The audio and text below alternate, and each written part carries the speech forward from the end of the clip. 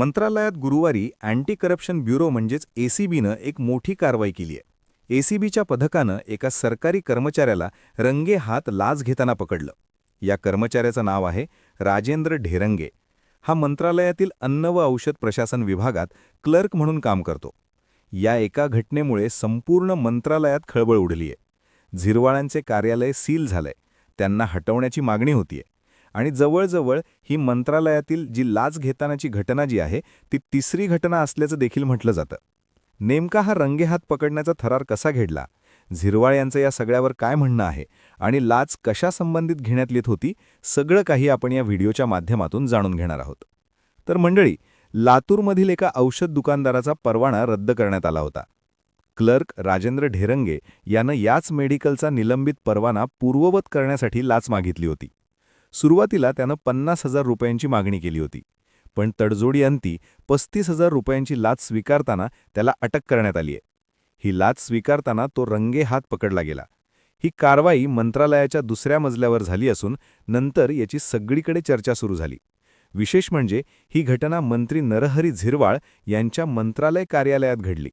मंत्री झिरवाळ यांच्या दालनातच राजेंद्र ढेरंगे यांना 35,000ची लाच घेताना एसीबीच्या पथकानं रंगेहात पकडलं। महत्त्वाचं म्हणजे माध्यमांमधून मिळालेल्या माहितीनुसार लाच मागितली ती मंत्र्यांच्या खाजगी सचिवाच्या नावानं, पण एसीबीनं याबाबत कोणताही दुजोरा दिलेला नाहीये। संबंधित लाचेची तक्रार आल्यानंतर एसीबीचे 6 अधिकारी मंत्री नरहरी झिरवाळ यांच्या कार्यालयात पोचले होते। त्यांनी कारवाई करताना मंत्र्याचं कार्यालय जे आहे ते पूर्ण ताब्यात घेतलं, म्हणजे सील केलं। तपास झाल्यानंतर या संबंधित क्लर्कला ताब्यात घेऊन सोबत नेलं आणि नंतर कार्यालय उघडण्यात आलं। सध्या लाच घेतल्यानं ढेरंगे यांच्यावर गुन्हा दाखल करण्यात आलाय। आता या प्रकरणावर काँग्रेस पक्ष मग आक्रमक झालाय। काँग्रेस प्रदेश अध्यक्ष हर्षवर्धन सपकाळ जे आहेत त्यांनी सरकारवर जोरदार टीका केली आहे। सपकाळ म्हणाले की मंत्रालयात एका कॅबिनेट मंत्र्याच्या कार्यालयात एसीबीनं सापळा रचून एका लाचखोर अधिकाऱ्याला ताब्यात घेतल्याची बातमी ऐकली। महाभ्रष्ट महायुती सरकारच्या कारकिर्दीत मंत्रालयात खुलेआम लाचखोरी आणि कमिशनखोरी सुरू असल्याचं पुन्हा एकदा स्पष्ट झालंय। जनतेची कामं पैशाशिवाय होत नाहीत अशी परिस्थिती निर्माण झालीय। ही अत्यंत गंभीर बाब आहे। मुख्यमंत्र्यांनी संबंधित प्रकरणाची दखल घेऊन जनतेला माहिती द्यावी आणि लाचखोर मंत्र्याला पदावरून हटवावं। भ्रष्ट युवती असं म्हणत हर्षवर्धन सपकाळ यांनी राज्य सरकारवर या सगळ्या प्रकरणावरून जोरदार टीका केली आहे। माध्यमांनी जेव्हा या संदर्भात मंत्री झिरवाळ यांच्याशी संपर्क साधला तेव्हा त्यांनी ते सध्या दिल्ली दौऱ्यावर आहेत असं म्हटलंय। झिरवाळ यांच्या वतीनं त्यांचे स्वीय सहाय्यक पुढे म्हणाले की कार्यालयाचे खाजगी सचिव आणि विशेष कार्य अधिकारी हे सुद्धा झिरवाळ यांच्या सोबत आलेत। मंत्रालयातील कार्यालयात छाप्याच्या घडलेले जी काही घटना आहेत किंवा हे जी प्रकार घडलेला आहे त्याबद्दल आम्हाला काहीच कल्पना नाहीये आणि या सगळ्याशी सुत्राम संबंध नाहीये असं झिरवाळ यांच्याकडून सांगण्यात येते।